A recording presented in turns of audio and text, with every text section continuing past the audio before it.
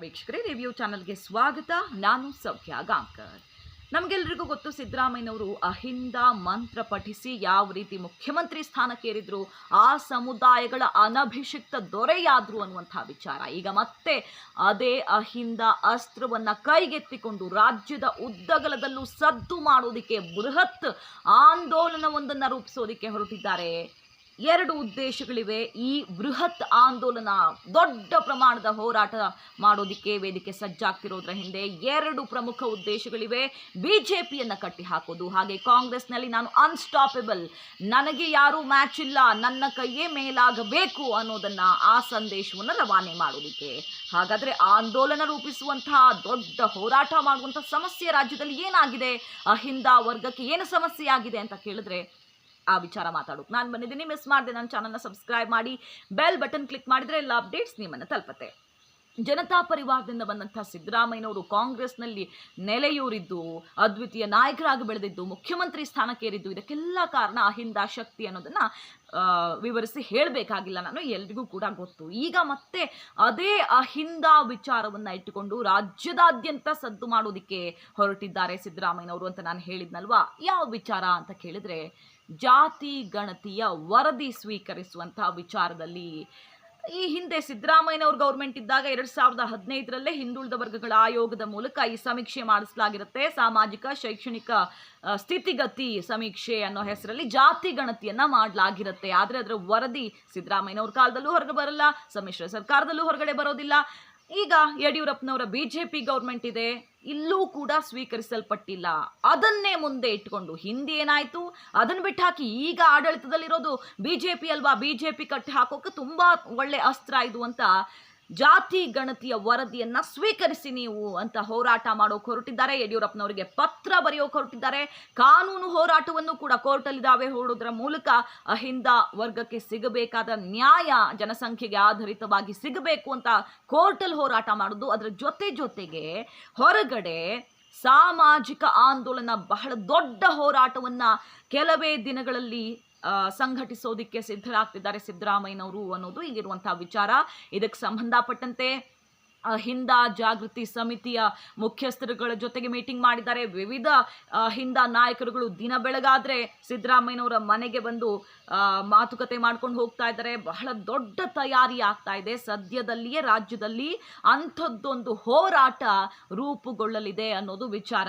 ಹಾಗಾದ್ರೆ ಏನು ಜಾತಿ ಗಣತಿ ವಿಚಾರ ಯಾಕೆ ಇಷ್ಟೊಂದು ಪ್ರಸ್ತುತ ಆಗ್ತಿದೆ ಈಗ ಅಂತ ಕೇಳಿದ್ರೆ, ಯಾಕೆ ಜಾತಿ ಗಣತಿ ಮಾಡಿದ್ದು? ಯಾವುದೋ ಕಾಲದಲ್ಲಿ ಮಾಡಿದಂತಹ ಗಣತಿ ಆಧಾರವಾಗಿ ಇಟ್ಕೊಂಡು ಅಹಿಂದ ಸಮುದಾಯಗಳಿಗೆ, ಹಿಂದುಳಿದ ವರ್ಗಗಳ ಸಮುದಾಯಗಳಿಗೆ ಮೀಸಲಾತಿ, ಶಿಕ್ಷಣದಲ್ಲಿ, ಉದ್ಯೋಗದಲ್ಲಿ, ರಾಜಕಾರಣದಲ್ಲಿ ಎಲ್ಲ ಸ್ಥಾನಮಾನ ಇದೆಯಲ್ಲ, ಅದನ್ನ ಕನ್ಸಿಡರ್ ಮಾಡೋಕೆ ಅಂಕಿ ಅಂಶಗಳು ಯಾವುದೋ ಕಾಲದಲ್ಲಿ ಮಾಡಿದಂತಹ ಗಣತಿ ಆಧಾರವಾಗಿ ಇಟ್ಕೊಂಡಿದ್ದಾರೆ. ಈಗ ಮತ್ತೊಮ್ಮೆ ಲೆಕ್ಕಾಚಾರ ಆಗಬೇಕು ಅಂತ ಗಣತಿ ಏನೋ ಆಯ್ತು, ಆದರೆ ಅದರ ವರದಿ ಸ್ವೀಕರಿಸಲ್ಪಟ್ಟಿಲ್ಲ. ಸರ್ಕಾರ ಅದನ್ನ ಇನ್ನೂ ಅಂಗೀಕರಿಸಿಲ್ಲ.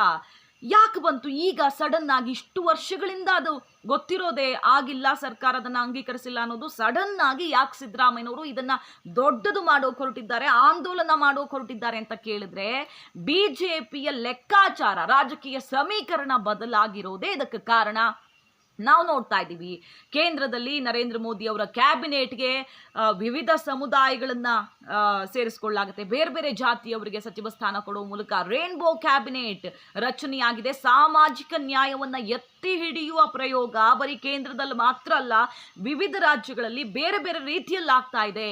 ಅಂದ್ರೆ ಹಿಂದುತ್ವದ ಬ್ರ್ಯಾಂಡ್ ಹೊಂದಿದ್ದಂತಹ ಬಿಜೆಪಿ ಜೊತೆಗೆ ಹಿಂದುಳಿದ ವರ್ಗಗಳನ್ನು ಕೂಡ, ಆ ವೋಟ್ ಬ್ಯಾಂಕ್ ಅನ್ನು ತನ್ನ ತೆಕ್ಕೆಗೆ ತಗೊಳ್ಳುವಂತಹ ಪ್ರಯತ್ನ ಮಾಡ್ತಿದೆ. ಅದರ ಭಾಗವಾಗಿ ರಾಜ್ಯದಲ್ಲೂ ಈಗ ಬರುವಂತಹ ಚುನಾವಣೆಯಲ್ಲಿ ದಲಿತ ಮುಖ್ಯಮಂತ್ರಿ ಆಯ್ಕೆ ಮಾಡ್ತೀವಿ ಅನ್ನುವ ದಾಳವನ್ನ ಉರುಳಿಸಲಿದ್ದಾರೆ. ಅಂದ್ರೆ ಬಿಜೆಪಿಯ ಮುಖ್ಯಮಂತ್ರಿ ಅಭ್ಯರ್ಥಿ ದಲಿತ ಸಮುದಾಯದ ನಾಯಕ ಅಂತ ಘೋಷಣೆ ಮಾಡಲಿದ್ದಾರೆ ಅನ್ನೋ ಸುದ್ದಿ ಎಲ್ಲ ಓಡಾಡ್ತಿದೆ ರಾಜ್ಯದಲ್ಲಿ. ಹೀಗಿರುವಾಗ ಕಾಂಗ್ರೆಸ್ಗೆ ತನ್ನ ಪಾರಂಪರಿಕ ವೋಟ್ ಬ್ಯಾಂಕ್ ಅಹಿಂದ, ಅಧಿಕಾರ ತಗೊಳ್ಳೋಕೆ ಜೀವಾಳವೇ ಅಹಿಂದ ವೋಟ್ ಬ್ಯಾಂಕ್ ಕಾಂಗ್ರೆಸ್ಗೆ, ಇದನ್ನ ಎಲ್ಲಿ ಕಳ್ಕೊಂಡು ಬಿಡ್ತೀವೋ ಅನ್ನುವಂಥ ಆತಂಕ ಎದುರಾಗಿದೆ. ಆದ್ರೆ ಸಿದ್ದರಾಮಯ್ಯನವರು ನೋ ವೇ, ಚಾನ್ಸೇ ಇಲ್ಲ, ಕರ್ನಾಟಕದಲ್ಲಂತೂ ಆ ಸಾಧ್ಯತೆನೇ ಇಲ್ಲ, ನಾನಿರೋವರೆಗೆ ಅಹಿಂದ ವೋಟ್ ಬ್ಯಾಂಕನ್ನು ಕಾಂಗ್ರೆಸ್ ಕಳ್ಕೊಳ್ಳೋದಿಲ್ಲ ಅಂತ ಸಾಬೀತು ಮಾಡೋಕೆ ಹೊರಟಿದ್ದಾರೆ. ಬಿಜೆಪಿಯ ವಿರುದ್ಧ ತೊಡೆ ತಟ್ಟಿದ್ದಾರೆ.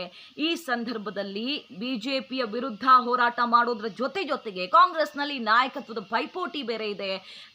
ನೀನು ಅನ್ನುವಂತಹ ಬಣಜಗಳಗಳಿಗೆ ಕೂಡ ಒಂದು ಸ್ಟ್ರಾಂಗ್ ಮೆಸೇಜ್ ಅನ್ನ ಪಾಸ್ ಮಾಡೋ ಉದ್ದೇಶವು ಈ ಆಂದೋಲನದಲ್ಲಿ ಅಡಗಿದೆ ಅನ್ನೋದನ್ನ ನಾವು ಅರ್ಥ ಮಾಡ್ಕೊಳ್ಬಹುದು. ಈಗ ಅಕಸ್ಮಾತ್ ಅದನ್ನ ಅಂಗೀಕರಿಸಿದ್ರೆ, ಸಿದ್ದರಾಮಯ್ಯನವರು ಹೋರಾಟ ಮಾಡಿದ್ರು ಅಂತ ಯಡಿಯೂರಪ್ಪನವರ ಗೌರ್ಮೆಂಟು ಆ ಜಾತಿ ಗಣತಿ ವರದಿಯನ್ನ ಅಂಗೀಕರಿಸಿದ್ರೆ ಅಲ್ಲೂ ಲಾಭಾನೇ. ಯಾಕಂದ್ರೆ ಈ ಗಣತಿ ಆಗಿದ್ದು ಸಿದ್ದರಾಮಯ್ಯನವ್ರ ಗೌರ್ಮೆಂಟ್ ಇದ್ದಾಗ ಗಣತಿ ಮಾಡಿಸಿದ್ಯಾರು ಸಿದ್ದರಾಮಯ್ಯನವರು. ಹಿಂದುಳಿದ ವರ್ಗಗಳಿಗೆ ನ್ಯಾಯ ಸಿಗುವಂತಾಯ್ತು. ಬಹಳ ದೊಡ್ಡ ಪ್ರಮಾಣದಲ್ಲಿ ಏರಿಕೆ ಆಗಿದೆ ಜನಸಂಖ್ಯೆ. ಅದರ ಆಧಾರಿತವಾಗಿ ವೈಜ್ಞಾನಿಕವಾಗಿ ವರದಿ ಸಿದ್ಧವಾಗಿದೆ. ಮೀಸಲಾತಿಯಲ್ಲಿ ಬದಲಾವಣೆ ಆಗುತ್ತೆ, ನಮ್ಮ ಸಮುದಾಯಕ್ಕೆ ನ್ಯಾಯ ಸಿಕ್ತು, ಸಿದ್ದರಾಮಯ್ಯನವ್ರು ಗಣತಿ ಮಾಡಿಸಿದ್ರು ಅಂತ ಅಲ್ಲೂ ಕ್ರೆಡಿಟ್ ಸಿದ್ದರಾಮಯ್ಯನವ್ರಿಗೆ ಸಿಗುತ್ತೆ. ಆ ವರ್ಗಕ್ಕೆ ನ್ಯಾಯ ಕೊಡಿಸ್ಕೊಟ್ಟಂತಹ ನಾಯಕ ಅನ್ನುವಂಥ ಪಟ್ಟ ಮತ್ತೊಮ್ಮೆ ಸಿದ್ದರಾಮಯ್ಯನವ್ರಿಗೆ ಕಟ್ಟಿದಂತಾಗತ್ತೆ. ಅಕಸ್ಮಾತ್ ಜಾತಿ ಗಣತಿ ವರದಿಯನ್ನ ಅಂಗೀಕರಿಸಿಲ್ಲಪ್ಪ ಯಡಿಯೂರಪ್ಪನವ್ರ ಗೌರ್ಮೆಂಟ್ ಅಂದ್ರೆ, ಆಗ ಮತ್ತೊಂದು ಅಸ್ತ್ರ ಸಿಗತ್ತೆ. ನೋಡಿ, ಬಿಜೆಪಿಯವರು ಬೂಟಾಟಿಕೆ ಮಾಡ್ತಿದ್ದಾರೆ.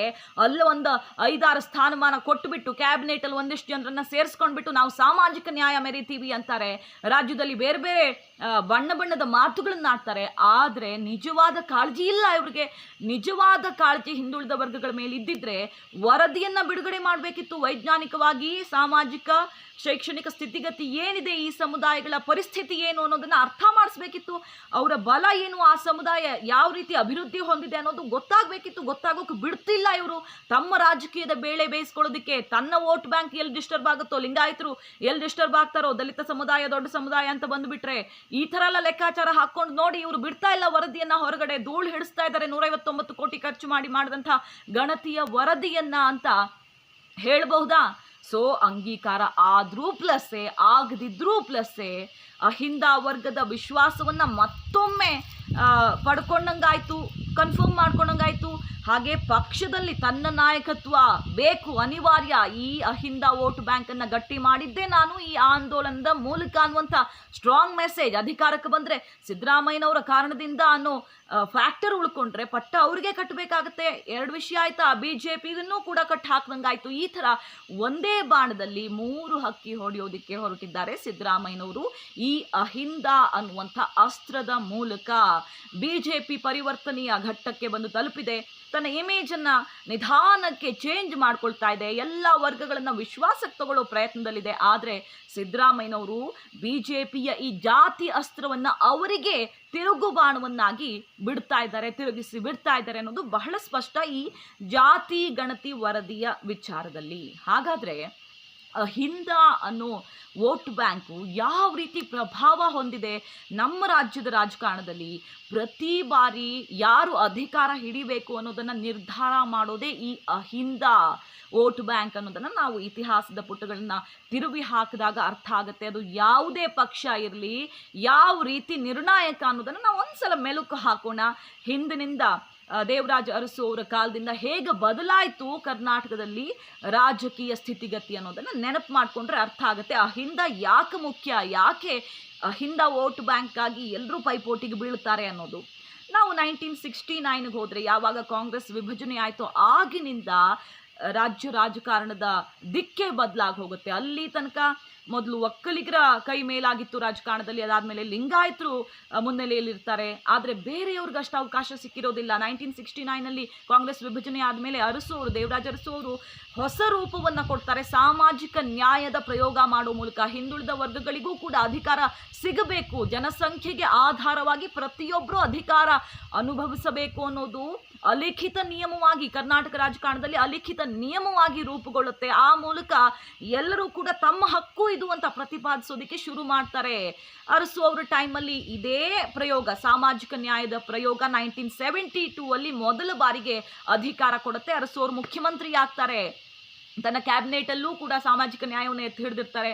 ಅದಾದಮೇಲೆ 78ಅಲ್ಲಿ ಮತ್ತೆ ಚುನಾವಣೆ ಆಗುತ್ತಲ್ವಾ, 1978ರಲ್ಲಿ ಎಲ್ಲರೂ ಅಂದ್ಕೊಂಡಿರ್ತಾರೆ ಎಸ್ ಈ ಬಾರಿ ಕಾಂಗ್ರೆಸ್ ಅಧಿಕಾರಕ್ಕೆ ಬರಲ್ಲ, ಯಾಕಂದರೆ ಒಂದು ಕಡೆಗೆ ಈ ಎಮರ್ಜೆನ್ಸಿ ಸಮಸ್ಯೆ ಆಗಿದೆ, ಇಡೀ ದೇಶದಲ್ಲಿ ಜನತಾ ಅಲೆ ಇದೆ, ಕರ್ನಾಟಕದಲ್ಲೂ ಕೂಡ ಖಂಡಿತವಾಗಿಯೂ ಅಧಿಕಾರಕ್ಕೆ ಬರೋದಿಲ್ಲ ಅಂತ ಜನತಾ ಪರಿವಾರ ಅಧಿಕಾರದ ಚುಕ್ಕಾಣಿ ಹಿಡಿಯೋಕೆ ರೆಡಿಯಾಗಿ ನಿಂತಿರುತ್ತೆ. ಕಾಚಾರ ಉಲ್ಟಾಗುತ್ತೆ. ಯಾಕಂದರೆ ದೇವರಾಜ್ ಅರಸು ಅವರ ಅಹಿಂದ ಸ್ಟ್ರಾಟಜಿ ಮತ್ತೆ ವರ್ಕೌಟ್ ಆಗಿರುತ್ತೆ. ಮತ್ತೊಮ್ಮೆ ಅಧಿಕಾರಕ್ಕೆ ಬರ್ತಾರೆ ದೇವರಾಜ್ ಅರಸು ಅವರು, ಮುಖ್ಯಮಂತ್ರಿ ಆಗ್ತಾರೆ. ಇಡೀ ದೇಶದಲ್ಲಿ ಜನತಾ ಅಲೆ, ಕರ್ನಾಟಕದಲ್ಲಿ ಮಾತ್ರ ಇಂದಿರಾ ಕಾಂಗ್ರೆಸ್ ಮತ್ತೆ ಅಧಿಕಾರದ ಚುಕ್ಕಾಣಿ ಹಿಡಿಯೋದಕ್ಕೆ ದೇವರಾಜ್ ಅರಸು ಅವರು ಎಲ್ಲ ವರ್ಗಗಳನ್ನು ವಿಶ್ವಾಸಕ್ಕೆ ತಗೊಂಡಿದ್ದು, ಹಿಂದುಳಿದವರನ್ನ, ನಿರ್ಲಕ್ಷಿತ ವರ್ಗಗಳಿಗೆ ಅಧಿಕಾರ ಕೊಟ್ಟಿದ್ದು, ಸಾಮಾಜಿಕವಾಗಿ ಶೈಕ್ಷಣಿಕವಾಗಿ ಅವರನ್ನ ಮೇಲೆತ್ತಿದ್ದು ಸಹಕಾರವಾಗಿತ್ತು. ಅದು ಇಡೀ ದೇಶಕ್ಕೆ ಮಾದರಿ ಸೂತ್ರವಾಗಿ ನಿಂತಿದ್ದನ್ನು ನಾವು ನೆನಪು ಮಾಡ್ಕೊಳ್ಬಹುದು. ಜನತಾ ಪಕ್ಷ ಲಿಂಗಾಯತರು ಒಕ್ಕಲಿಗರು ಒಂದಾಗಿದ್ರು, ಆದರೂ ಕೂಡ ಅಧಿಕಾರ ಹಿಡಿಯೋದಕ್ಕೆ ಸಾಧ್ಯವಾಗ್ತಾ ಇರಲಿಲ್ಲ. ಆಮೇಲೆ ಕ್ರಾಂತಿರಂಗ ಕೂಡ ಒಂದಾಗುತ್ತೆ. ಅಲ್ಲಿ ಲಿಂಗಾಯತ ಒಕ್ಕಲಿಗ ಈ ಮೇಲ್ವರ್ಗ ವೋಟ್ ಬ್ಯಾಂಕ್ ಜೊತೆಗೆ ಹಿಂದುಳಿದ ವರ್ಗಗಳ ವೋಟ್ ಬ್ಯಾಂಕ್ ಕೂಡ ಕ್ರಾಂತಿರಂಗದ ಮೂಲಕ ಜಾಯಿನ್ ಆಗುತ್ತೆ. ಈ ಮೈತ್ರಿಕೂಟ ರಚನೆಯಾಗಿ 1983 ಎಲೆಕ್ಷನ್ನಲ್ಲಿ ಮೊದಲ ಬಾರಿಗೆ ಕರ್ನಾಟಕದಲ್ಲಿ ಕಾಂಗ್ರೆಸ್ ನೆಲ ಕಚ್ಚಬೇಕಾಗತ್ತೆ. ನೋಡಿ, ಕಾಂಗ್ರೆಸ್ ಅಧಿಕಾರದಲ್ಲಿ ಇರೋದಕ್ಕೂ ಕೂಡ ಅಹಿಂದ ವೋಟ್ ಬ್ಯಾಂಕ್ ಕಾರಣವಾಗಿತ್ತು. ಮೊದಲ ಬಾರಿಗೆ ಕರ್ನಾಟಕದಲ್ಲಿ ಅಧಿಕಾರ ಕಳ್ಕೊಂಡಿದ್ದು ಕೂಡ ಇದೇ ಅಹಿಂದ ವೋಟ್ ಬ್ಯಾಂಕ್ ಚದುರಿ ಹೋದಂಥ ಕಾರಣದಿಂದ ಅನ್ನೋದನ್ನು ನಾವಿಲ್ಲಿ ನೆನಪು ಮಾಡ್ಕೊಳ್ಬಹುದು. ಸೊ ಇತಿಹಾಸದಲ್ಲಿ ಯಾರೇ ಅಧಿಕಾರದಲ್ಲಿದ್ದರೂ ಕೂಡ ಅದಕ್ಕೆ ಕಾರಣ ಅಹಿಂದ ಒಲವು ಯಾವ ಕಡೆಗೆ ಇದೆ ಅನ್ನೋದೇ ಆಗಿತ್ತು. ಮುಂದೆ ನಾವು ನೋಡ್ಕೊಂಡು ಬಂದರೆ 1983 ಜನತಾ ಪರಿವಾರ ಆಡಳಿತದ ಚುಕ್ಕಾಣಿ ಹಿಡಿದು ರಾಮಕೃಷ್ಣ ಹೆಗ್ಡೆ ಅವರು ಮುಖ್ಯಮಂತ್ರಿ ಆಗ್ತಾರೆ. ಈ ಅಹಿಂದ ಶಕ್ತಿಯನ್ನು ಅರಿತಿದ್ದ ಅವರು ತನ್ನ ಕ್ಯಾಬಿನೆಟನ್ನು ಎಷ್ಟು ಸಮತೋಲಿತವಾಗಿ ಮಾಡಿರ್ತಾರೆ ಅಂದರೆ ಹಿಂದುಳಿದವ್ರಿಗೆ, ಮೇಲ್ವರ್ಗದವ್ರಿಗೆ ತುಂಬಾ ಬ್ಯಾಲೆನ್ಸ್ಡ್ ಆಗಿ ಸ್ಥಾನಮಾನ ಕೊಡ್ತಾರೆ. ಆಗ ಜಾಲಪ್ಪನವರು, ರಾಜಯ್ಯ ಅವರು, ಸಿದ್ದರಾಮಯ್ಯನವರು ಎಲ್ಲರೂ ಕೂಡ ಸ್ಥಾನಮಾನ ಗಳಿಸ್ಕೊಂಡಿರ್ತಾರೆ. ಹಾಗಾಗಿ ಸಿದ್ದರಾಮಯ್ಯನವರು ಆಗಾಗ ರಾಮಕೃಷ್ಣ ಹೆಗಡೆಯವರೇ ನನ್ನ ಗುರುಗಳು ಅಂತ ನೆನಪು ಮಾಡ್ಕೊಳ್ತಾ ಇರೋದು. ಆಮೇಲೆ ಜನತಾ ಪರಿವಾರ ತನಗೆ ಮುಖ್ಯಮಂತ್ರಿ ಸ್ಥಾನ ಕೊಡಲಿಲ್ವಲ್ಲ, ಅವಕಾಶ ಇದ್ರೂ ಕೂಡ ಅನ್ನುವಂಥ ಬೇಸರದಲ್ಲಿ ಸಿದ್ದರಾಮಯ್ಯನವರು ಹೊರಗಡೆ ಬರ್ತಾರೆ, ಅಹಿಂದ ಸಮಾವೇಶವನ್ನು ಸಂಘಟಿಸ್ತಾರೆ, ಕಾಂಗ್ರೆಸ್ಗೆ ಜಾಯಿನ್ ಆಗ್ತಾರೆ, ಮುಖ್ಯಮಂತ್ರಿ ಆಗ್ತಾರೆ. ಮೂಲ ವಲಸಿಗ ಫೈಟ್ ನಡುವೆಯೂ ಕೂಡ ಗೆದ್ದು ಅವರು ಮುಖ್ಯಮಂತ್ರಿ ಆಗ್ತಾರೆ. ಮುಖ್ಯಮಂತ್ರಿ ಆಗೋ ಕಾರಣ ಆಗಿದ್ದು ಕೂಡ ಅವರಿಗೂ ಸಪೋರ್ಟಿವ್ ಆಗಿ ನಿಂತಿದ್ದು ಅದೇ ಅಹಿಂದ ಶಕ್ತಿ. ನೋಡಿ, ಪ್ರತಿಯೊಬ್ಬರಿಗೂ ಕೂಡ ಜನತಾ ಪರಿವಾರದಿಂದ ಹಿಡಿದು ಕಾಂಗ್ರೆಸ್ನಿಂದ ಹಿಡಿದು ಕೊನೆಗೆ BJP ವಿಚಾರಕ್ಕೆ ಬಂದರೂ ಅಲ್ಲೂ ಕೂಡ ಹಿಂದುಳಿದ ವರ್ಗಗಳ ಸಪೋರ್ಟ್ ಇಲ್ಲದೆ ಸಾಧ್ಯವಾಗಲ್ಲ. ಮೂಲ ಅವ್ರಿಗೆ ತಳಪಾಯ ಲಿಂಗಾಯತ ವೋಟ್ ಬ್ಯಾಂಕ್ ಆಗಿರಬಹುದು, ಆದರೆ ಈ ಕಾಂಗ್ರೆಸ್ನಿಂದ ಬೇಸತ್ತು ಬಂದಿರುವಂತಹ ಒಂದಿಷ್ಟು ಸಮುದಾಯಗಳಿವೆಯಲ್ಲ, ಮೀಸಲಾತಿ ವಿಚಾರದಲ್ಲಿ ತಮಗೆ ಅನ್ಯಾಯ ಆಗಿದೆ, ಕೆಲ ಸಮುದಾಯಗಳಿಗೆ ಮಾತ್ರ ಮೀಸಲಾತಿ ಸಿಗ್ತಾ ಇದೆ, ನಮ್ಮನ್ನು ನಿರ್ಲಕ್ಷಿಸಲಾಗಿದೆ ಅಂತ ಬೇಸತ್ತು ಬಂದಿರುವಂತಹ ಸಮುದಾಯಗಳು BJP ಜೊತೆಗೆ ನಿಂತಿವೆ. ಇವತ್ತು ಅಹಿಂದಾದಲ್ಲಿ ಕಂಪ್ಲೀಟ್ ಪಾರಂಪರಿಕ ವೋಟ್ ಬ್ಯಾಂಕ್ ಅಂತ ಕಾಂಗ್ರೆಸ್ ಹೇಳ್ಕೊಳ್ಬಹುದು, ಆದರೆ ಕಂಪ್ಲೀಟ್ ಆಗಿ ಕಾಂಗ್ರೆಸ್ ಜೊತೆಗಿಲ್ಲ. ಎಡಗೈ ದಲಿತರು BJP ಜೊತೆಗಿದ್ದಾರೆ, ಹಾಗೆ ಹಿಂದುಳಿದ ಸಮುದಾಯಗಳು, ಬಹಳಷ್ಟು ಸಮುದಾಯಗಳು BJP ಜೊತೆಗಿವೆ. ಈ ಮೇಲ್ವರ್ಗದ ವೋಟ್ ಬ್ಯಾಂಕ್ ಜೊತೆಗೆ ಈ ಸಮೀಕರಣ BJPಗೆ ಪ್ಲಸ್ ಆಗ್ತಾ ಇದೆ, ಅಧಿಕಾರ ಹಿಡಿಯೋದಕ್ಕೆ ಕಾರಣ ಆಗ್ತಿದೆ ಅನ್ನೋದನ್ನು ನಾವಿಲ್ಲಿ ಅರ್ಥ ಮಾಡ್ಕೊಳ್ಳೇಬೇಕು. ಸೊ ಕರ್ನಾಟಕದ ರಾಜಕಾರಣದ ಮಟ್ಟಿಗೆ ಹಿಂದುಳಿದ ವರ್ಗಗಳನ್ನು ಬಿಟ್ಟು ಅಹಿಂದ ವೋಟ್ ಬ್ಯಾಂಕನ್ನು ನಿರ್ಲಕ್ಷಿಸಿ ಅಧಿಕಾರ ಹಿಡಿಯೋಕೆ ಸಾಧ್ಯವೇ ಇಲ್ಲ ಅನ್ನುವಂಥ ಪರಿಸ್ಥಿತಿ ಇದೆ. ಮತ್ತೊಮ್ಮೆ ಅದನ್ನು ನೆನಪು ಮಾಡಿಕೊಡ್ತಿದ್ದಾರೆ ಸಿದ್ದರಾಮಯ್ಯನವರು. ಈ ಅಹಿಂದ ಶಕ್ತಿ ಏನು ಅನ್ನೋದನ್ನು ತೋರಿಸ್ತೀನಿ, ಈ ಸಾಮಾಜಿಕ ಆಂದೋಲನವನ್ನು ಮಾಡುವ ಮೂಲಕ ಇದು ಕಾಂಗ್ರೆಸ್ನ ವೋಟ್ ಬ್ಯಾಂಕು BJPಗೆ ಹೋಗೋದಕ್ಕೆ ಬಿಡೋದಿಲ್ಲ ಅಂತ ಸಂಘಟಿಸೋದಕ್ಕೆ ಹೊರಟಿದ್ದಾರೆ. ಆ ಮೂಲಕ ಸ್ವಪಕ್ಷೀಯರಿಗೆ ಮತ್ತು BJP ಅವರಿಗೆ ಇಬ್ಬರಿಗೂ ಕೂಡ ಒಂದು ಸ್ಟ್ರಾಂಗ್ ಮೆಸೇಜನ್ನು ಪಾಸ್ ಮಾಡೋದಕ್ಕೆ ಹೊರಟಿದ್ದಾರೆ. ಕಾದು ನೋಡಬೇಕು ಮುಂದಿನ ದಿನಗಳಲ್ಲಿ ಈ ಹೋರಾಟ ಸಿದ್ದರಾಮಯ್ಯನವರ ರಾಜಕೀಯ ಭವಿಷ್ಯದಲ್ಲಿ ಮತ್ತೊಂದು ಅಚ್ಚಳಿಯದ ದಾಖಲೆಯಾಗಿ ಉಳ್ಕೊಳ್ಳುತ್ತಾ, ಅವರಿಗೆ ಮತ್ತೊಮ್ಮೆ ಅಧಿಕಾರವನ್ನು ಕೊಡುತ್ತಾ, ಏನೇನು ಬದಲಾವಣೆಗಳಾಗುತ್ತೆ ರಾಜಕಾರಣದಲ್ಲಿ ಅಂತ. ವೀಕ್ಷಕರೇ, ಈ ಮಾಹಿತಿ ನಿಮಗೆ ಇಷ್ಟ ಆಗಿದ್ರೆ ಮಿಸ್ ಮಾಡದೆ ನನ್ನ ಚಾನಲ್ನ ಸಬ್ಸ್ಕ್ರೈಬ್ ಆಗಿ ಬೆಲ್ ಬಟನ್ ಕ್ಲಿಕ್ ಮಾಡಿದರೆ ಎಲ್ಲ ಅಪ್ಡೇಟ್ಸ್ ನಿಮ್ಮನ್ನು ತಲುಪುತ್ತೆ. Thank you.